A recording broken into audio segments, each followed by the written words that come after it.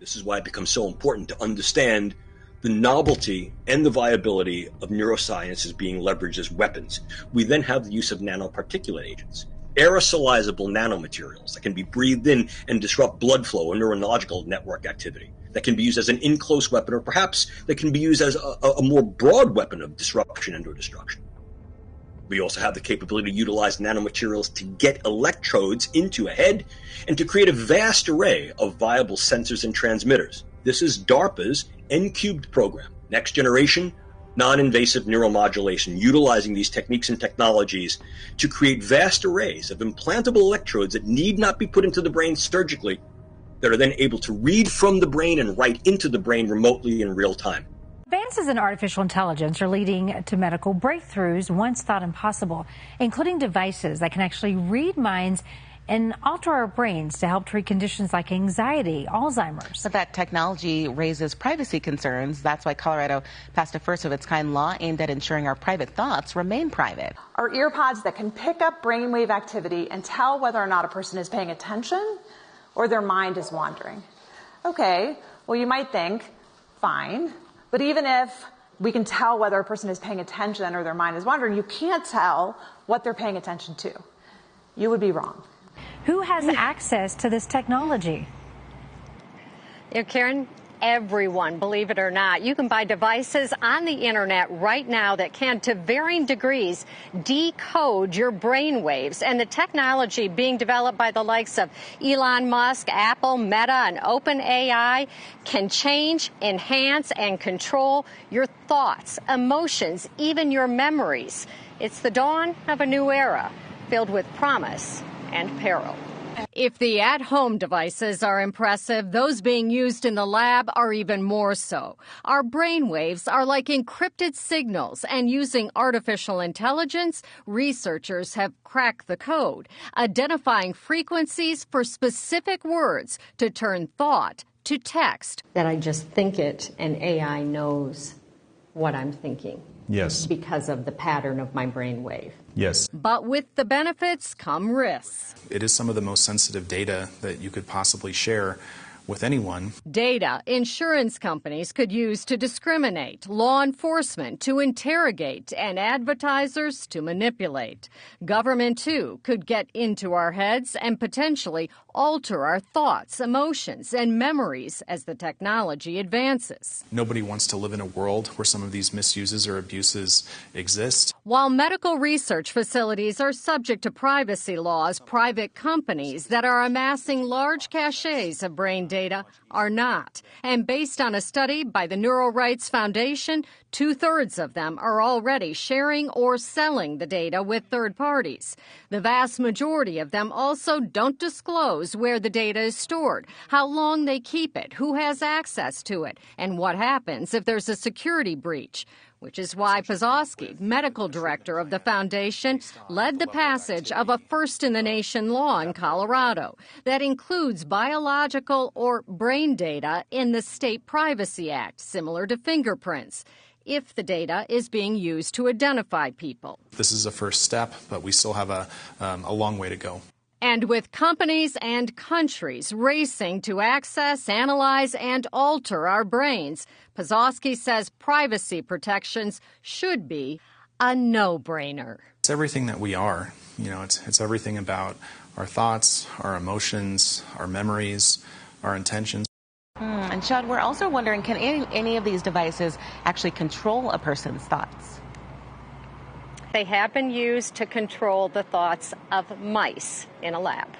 All right, so much to take in. Yeah. Sean, thank you for that report.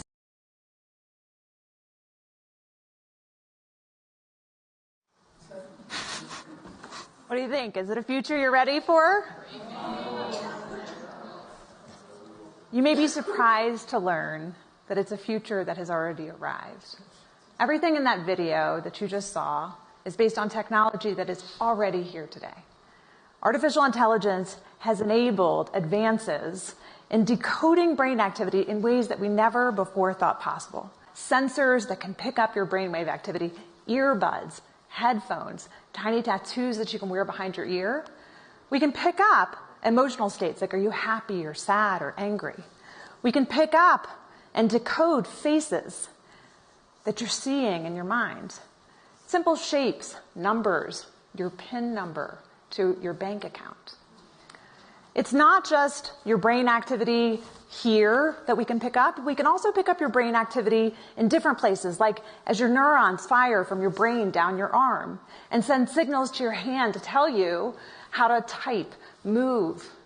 All of that can be decoded through electromyography, and that's what you're seeing here is a device now in the form of a simple wearable watch that can pick up that activity. And in one of the pivotal acquisitions of the field, Meta acquired this company, Control Labs, in 2019, because major tech companies are investing in helping to make these devices universally applicable as the way in which we interact with the rest of our technology. What if everywhere has ubiquitous monitoring? In fact, during the pandemic, what we found was that 80% of companies admitted that they use at least some forms of so-called bossware technology to monitor the productivity of their employees. Whether it's a white-collar employee monitoring what's on their screen, or in any other context, surveillance is part of our everyday lives. Surveillance for productivity is part of what has become the norm in the workplace. And maybe with good reason. 9 out of 10 employees waste time during the workday. They focus on other things. There may be good reasons why we want to be able to find better ways to monitor whether somebody is paying attention or they're doing something different. The newest way to monitor attention is through a device like this one. These are ear pods that are launching later this year. These ear pods, much like the video you watched earlier, are ear pods that can pick up brainwave activity and tell whether or not a person is paying attention or their mind is wandering. Okay, well, you might think, fine, but even if we can tell whether a person is paying attention or their mind is wandering, you can't tell what they're paying attention to. You would be wrong. It turns out that you can not only tell whether a person is paying attention or their mind is wandering, but you can discriminate between the kinds of things that they're paying attention to.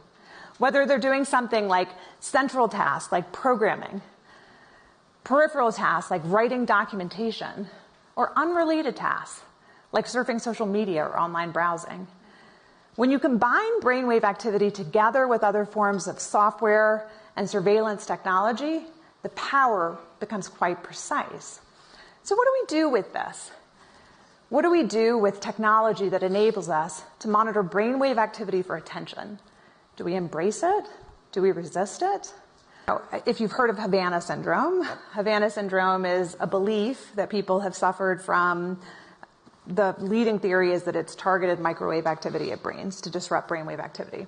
There's no proof of it yet. I had a hearing this week in Homeland Security, and this hasn't even become very mainstream yet, but it was about different foreign adversaries using direct energy weapons against U.S. citizens that completely incapacitate citizens of the United States. You guys might have heard of it, called Havana syndrome.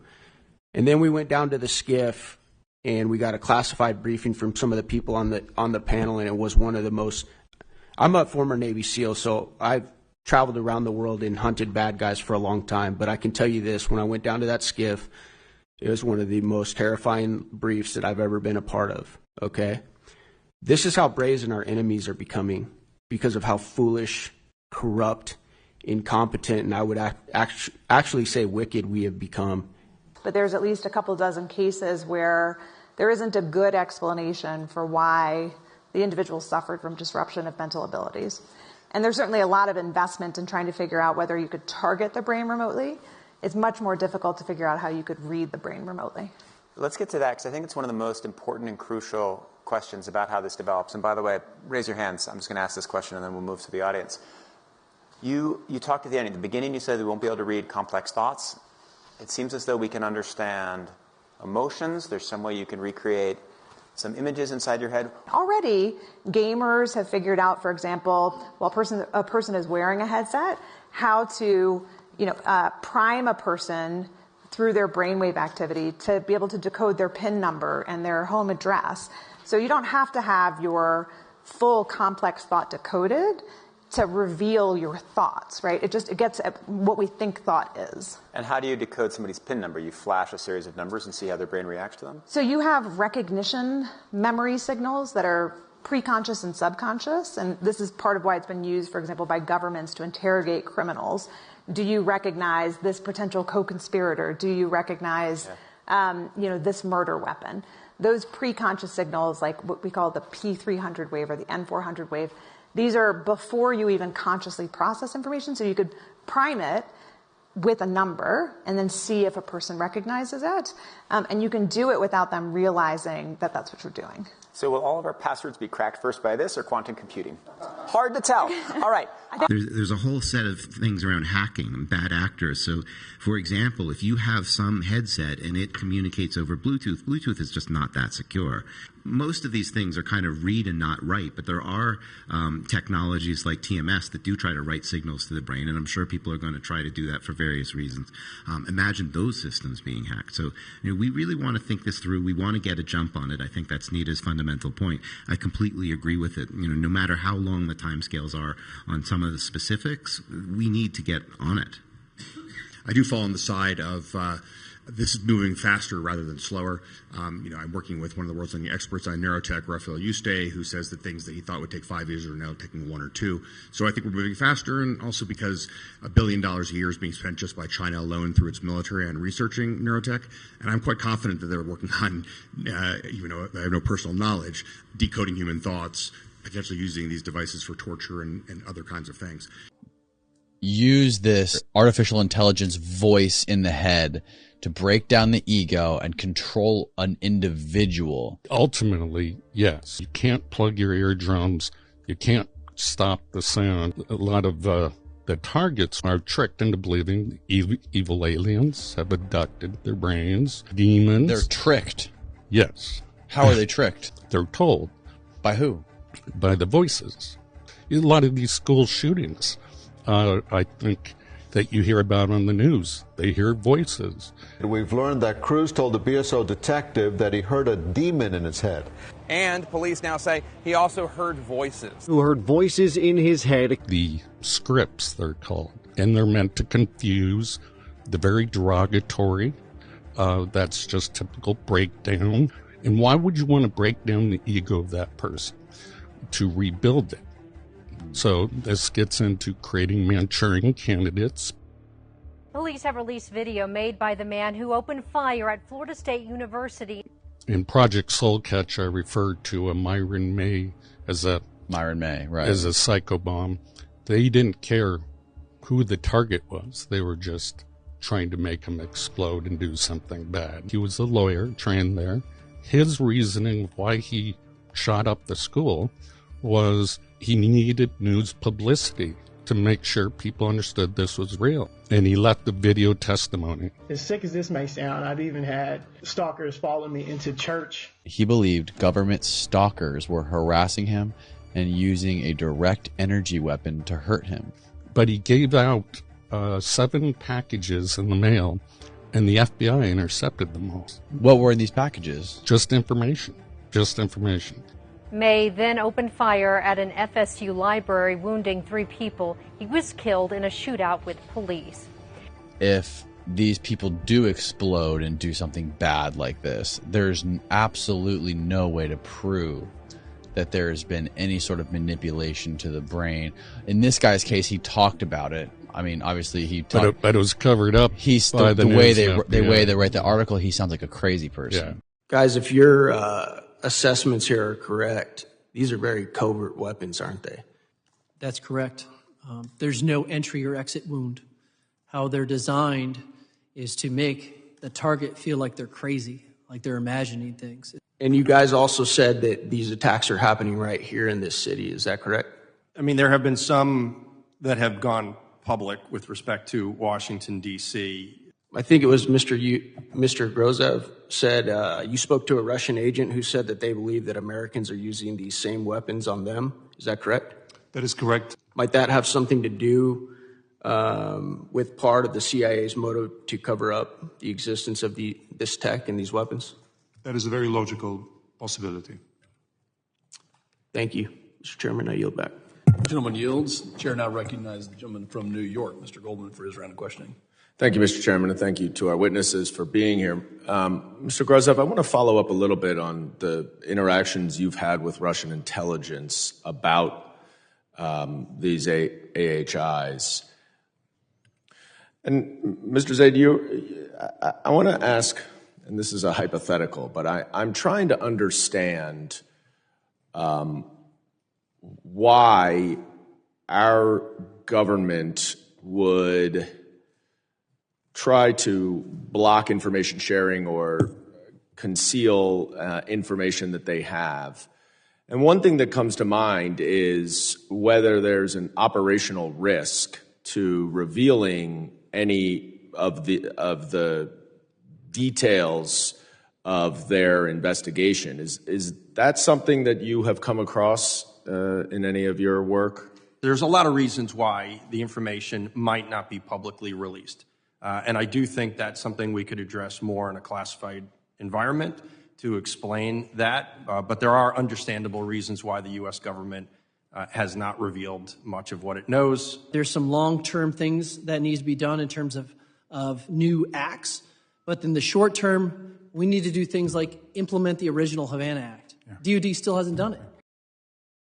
So this is not out of the realm of these very nefarious people, like in the CIA and these other types of secret societies and institutions of our government. We're now finding out the use of AI can be used against people. We've already heard from the World Economic Forum that they have the ability with AI to be able to read people's thoughts by putting in a little Bluetooth in someone's ear, that they can actually see what someone is actually thinking about as they're working. And they're going to sell it to us, Allison, as this is going to be good for employment because employers will know whether or not their employees are daydreaming or thinking about other things other than the job. But what is it saying? It is saying that they now possess the ability to read our thoughts and now weaponize us with acoustical types of things that can be sent to us that throws us off balance or makes us feel crazy. This is all, where is it going? All about controlling the narrative, controlling people. Absolutely. That is most certainly what it is all about, as has been made rather clear over the past couple years especially. But yeah, I think this could obviously take an extremely dangerous turn here. I mean, I wouldn't be surprised if this led to targeting and testing and even like torturing of innocent civilians, which brings me to my next thought, which is the inevitable threat of artificial intelligence mixing into all this, right? Mix AI into the use of neuroweaponry and you get an entirely new uncharted territory. And the whole idea is that we would have these biological sensors in our bodies, and then they could read our thoughts, know our emotions, know whether we're hungry or not, or anything like that. And so now it's a warfare of information. They will have everything on you. They will know we're coming and going. And so this kind of warfare, this kind of being able to target individuals. And think about this. There is no way to detect. There's no entry point. There's no exit point like a bullet would have. Yeah. They could just target somebody and they're saying, yeah, he went crazy. Yeah, I'm sorry. We and then turn a kill switch on somebody and, and them lose a thread. Now.